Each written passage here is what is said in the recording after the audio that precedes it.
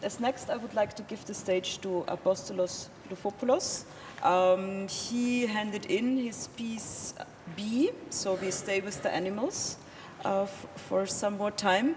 And I just want to say that, like all of the jury, like really all 5 members, we just loved the piece from the beginning. So we knew this has to be amongst the 15.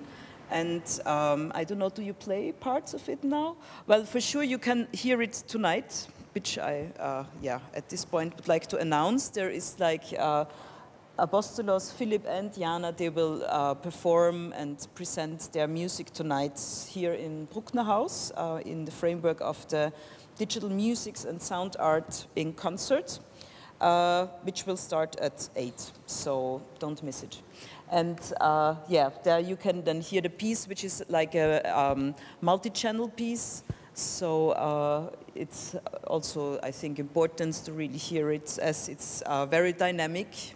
It's about the bee. Bees are flying around all the time, and so you can imagine what the sounds are doing. And we loved it for like the dynamic, the little sounds, also the story which it somehow seems to tell, so you can really let your imagination fly with this music. And I'm also interested to hear more now about your work. Okay.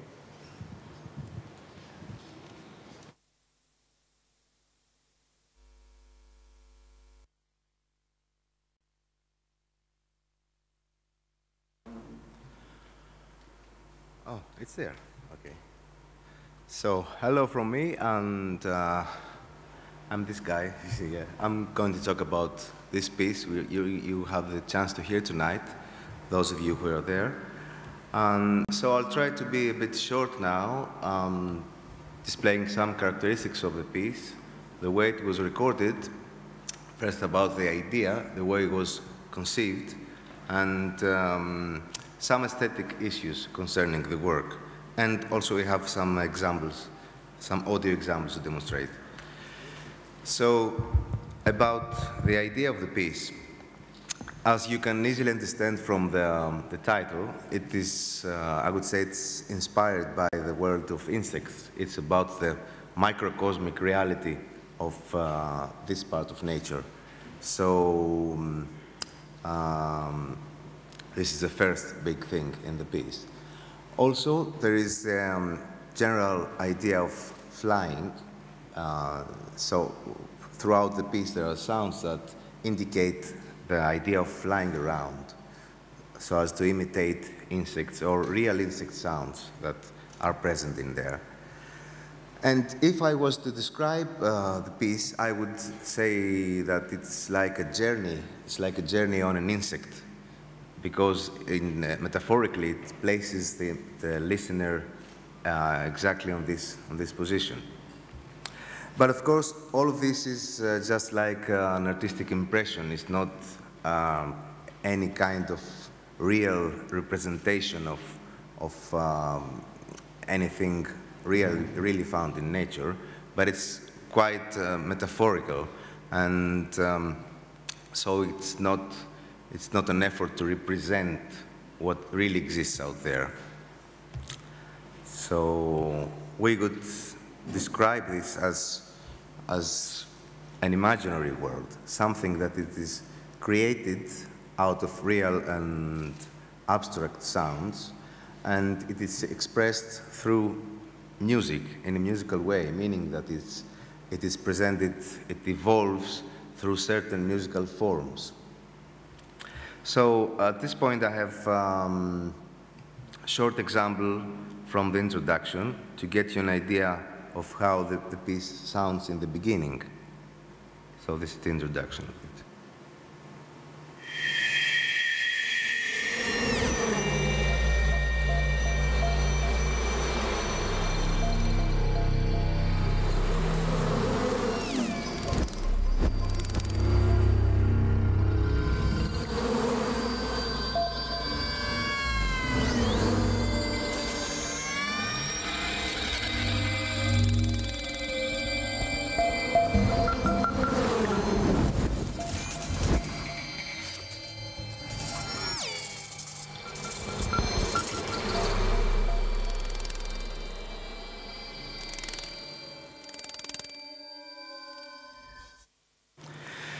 So as you can figure out from what you've just heard, it's a world of flying sounds or flying behaviors, which are mixed with, some of real sounds, recorded sounds from nature, which are mixed with electronic sounds, and they create this imaginary flying world. So let's talk about a bit about the sound materials I used to do this. There are two kinds of sounds that we can find there. First, there are environmental sounds, as you can see on the left, and also electronic and some instrumental sounds. In the first category of sounds, we have some insect recordings, of course, like bees, but not only bees, like wasps, like flies, etc. We have the sound of the sea, seashore, and also some forest recordings, some soundscapes of more general sound images. And also some ground noises, which are sounds that were created by human intervention, actually by me interacting with the materials of the ground, like stones, pieces of wood, etc. So on the other side, we have electronic sounds, but it's too dark to see there, sorry. It's like generated noise, sine waves, which we all know how they sound like, but also some complex synthesizer sounds, and also some sounds I recorded through from musical instruments such as the piano, the flute, and the violin. So through the course of the sound editing in the piece, so through the course of composition, these two sound worlds, they seem to converge, meaning that first of all, the environmental sounds, they tend to lose their identity. They tend to transform in something that is not real or something that is supernatural. So they lose their original natural identity. And on the other hand, the electronic sounds, I tried to make them sound natural, meaning that I tried to transform them in a way that they adopt a natural character. They like they imitate natural behaviors. So it's interesting to see now how the compositional process went through. Of course, as you can see from this picture is from the sequencer I used. A lot of computer editing was carried out. A lot of stuff based on the digital processes of computer software. But I would say that the compositional process for me did not begin at this point, did not begin in the studio. It began out there in the, in nature, in the wild, where the initial recorded sounds, the first recordings were made. So here are some, well, I can show you some spaces, some areas. There are quite a lot, but I'll try to be short with that, because I could be showing you photos around, and it's long. Oh, that's another dark map there of Greece. So the areas, if you can, as far as you can see, the red circles are the areas where sounds were recorded. So we're talking about two Greek islands on the west coast. This is the island of Corfu up there, and the island of Kefalonia to the north. And also there is some mountain areas in mainland, in Greek mainland. So here are some photos of the islands. This is from Corfu, the north part of Corfu. So as you can see, it's mostly coastal areas near the sea. So the sound of the sea is present in many of these pictures, many of these sounds. So here are some interesting spots to place the microphone.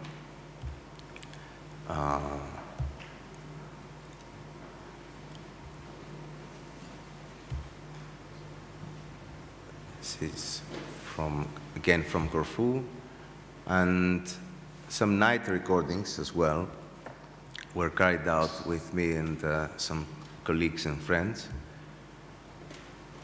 This is the other island, Kefalonia, again recording the sea. So, and within the same island, it's because it's elevated, we find contrasting soundscapes. Like 1 minute we're in the sea, and 10 minutes later we're on the top of a high mountain. So we have forests and forest sounds like this, with pine trees and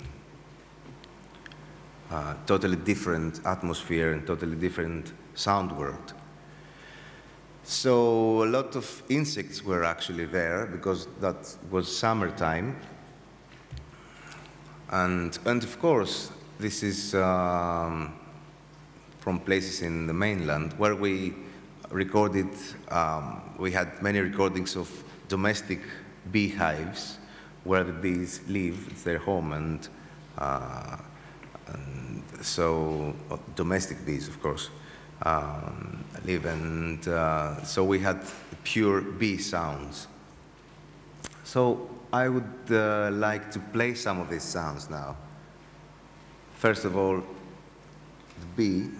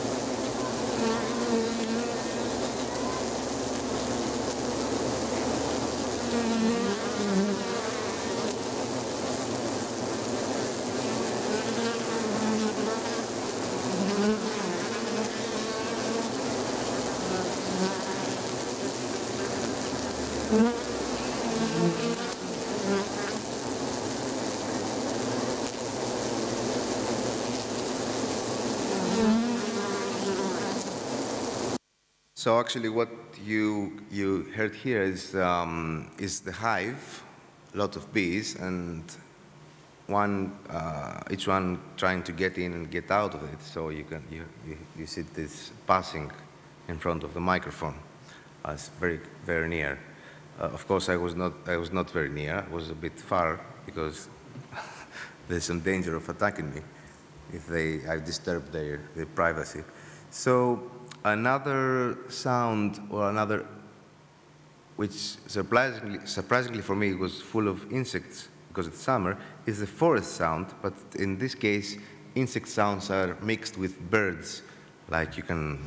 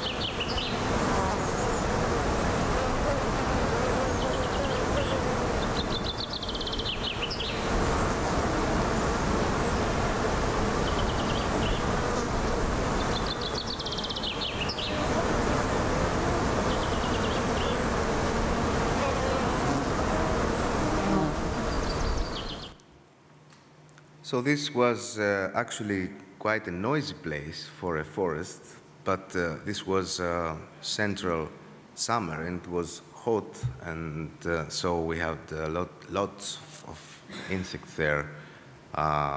Was during noontime.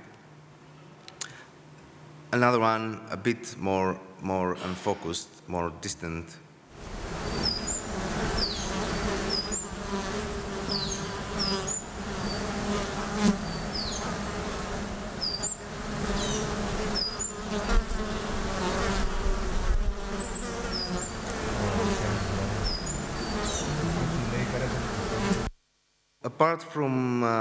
Apart from these kinds of sounds, we had also the sound of the sea, the seashore, summer morning.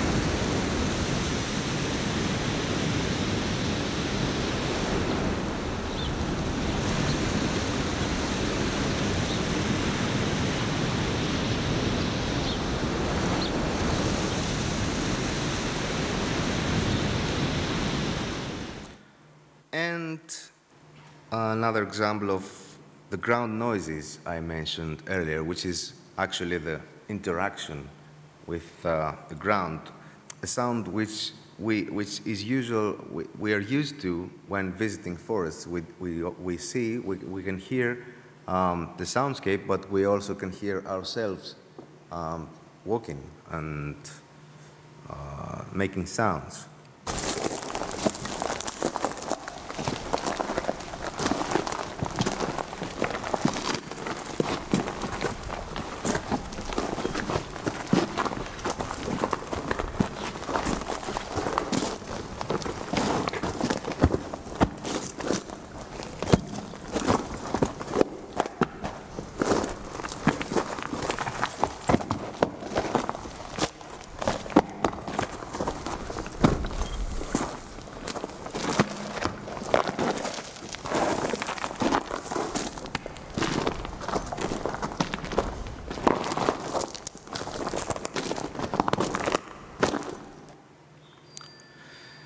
So it's interesting to see now how some of these sounds, of course there are many others, as you can understand. This is just highlights of sounds I would like to show you. And so during the sound processing, it's interesting to see how these sounds evolved, to see some samples, but also it's interesting for me to demonstrate the way that electronic sounds were transformed, not only the natural sounds. So in the beginning, on the other hand, we had electronic sounds like white noise or sine waves, which are simple and plain electronically generated sounds. And as I said, I tried to change these sounds in a way as to simulate natural sources, but not exactly, but to sound like something more natural, like this example here.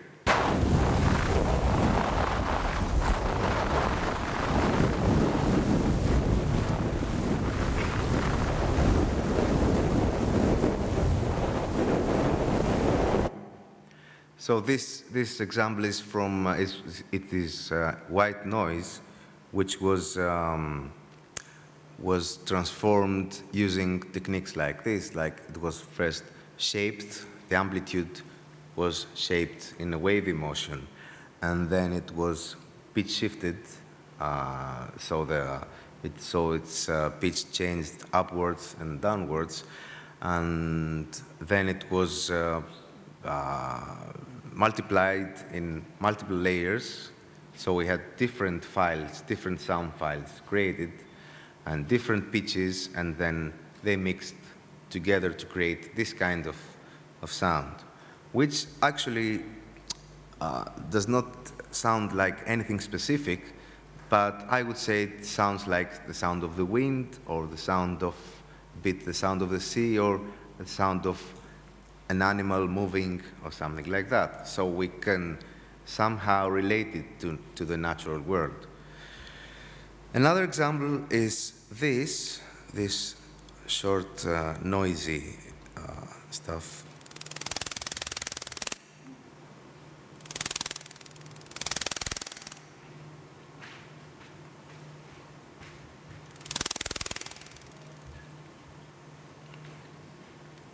Okay, this is again noise, which is transformed as to simulate something flying around in the same way. So some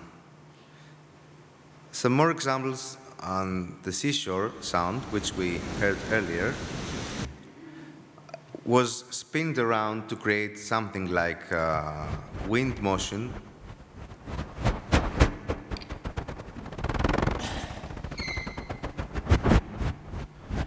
And also some passages which are created through Doppler effects.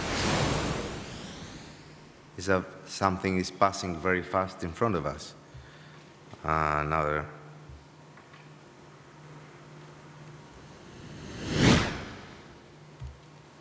And another one.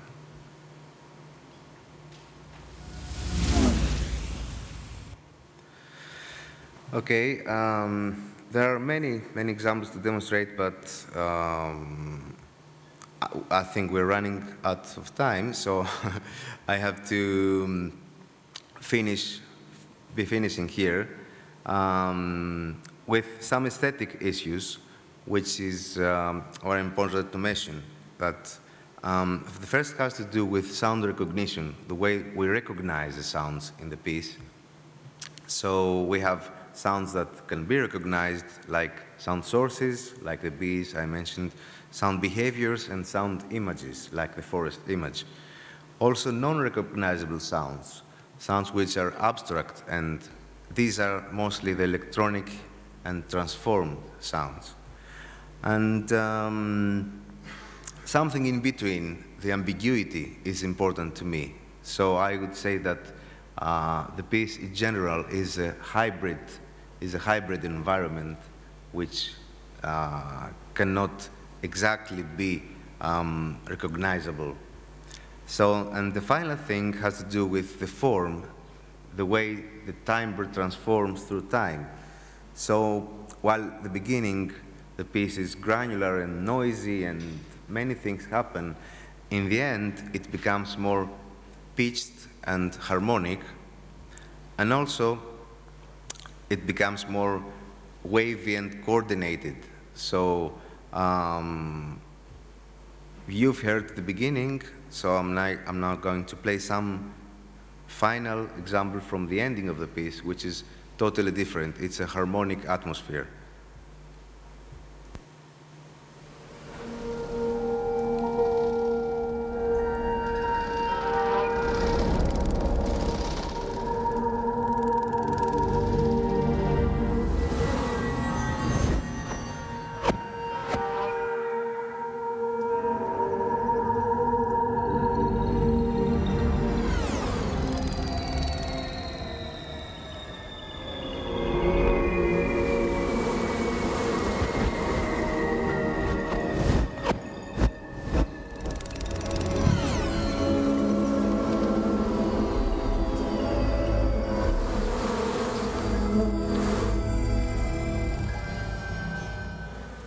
Okay, the rest of it you can hear tonight in the concert, if you decide to come. So thank you very much.